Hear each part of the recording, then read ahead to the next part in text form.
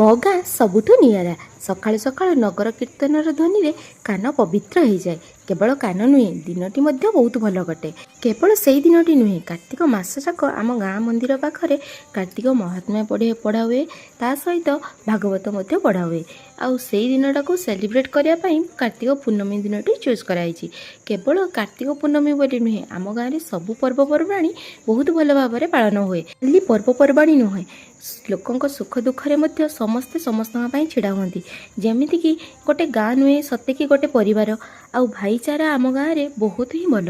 ଜୀବନଟା 2 ଦିନର। ସେଇ 2 ଦିନ ଜୀବନରେ ଯଦି ସମସ୍ତେ ସମସ୍ତଙ୍କୁ ଟିକେ ସାହାଯ୍ୟ କଲେ ତ କ'ଣ ବା ଅସୁବିଧା। ସେଇଥିପାଇଁ ସମସ୍ତେ ଆମ ଗାଁରେ ଭାଇଚାରା ନୀତିଟି ପାଳନ କରନ୍ତି। ଆଉ ସମସ୍ତେ ସୁଖ ଦୁଃଖରେ ମଧ୍ୟ ଛିଡ଼ା ହୁଅନ୍ତି। ତ ପ୍ରାୟତଃ ଟାଇମ୍ ଆମ ଗାଁରେ ଅନ୍ନଛତ୍ରଟିଏ ହୁଏ। ଆଉ ସେଠି ଧନୀ ଗରିବ ସମସ୍ତେ ମିଳିମିଶିକି ଖାଆନ୍ତି। ମୋ ଗାଁ ସବୁଠୁ ନିଆରା। ଜୟ ଜଗନ୍ନାଥ।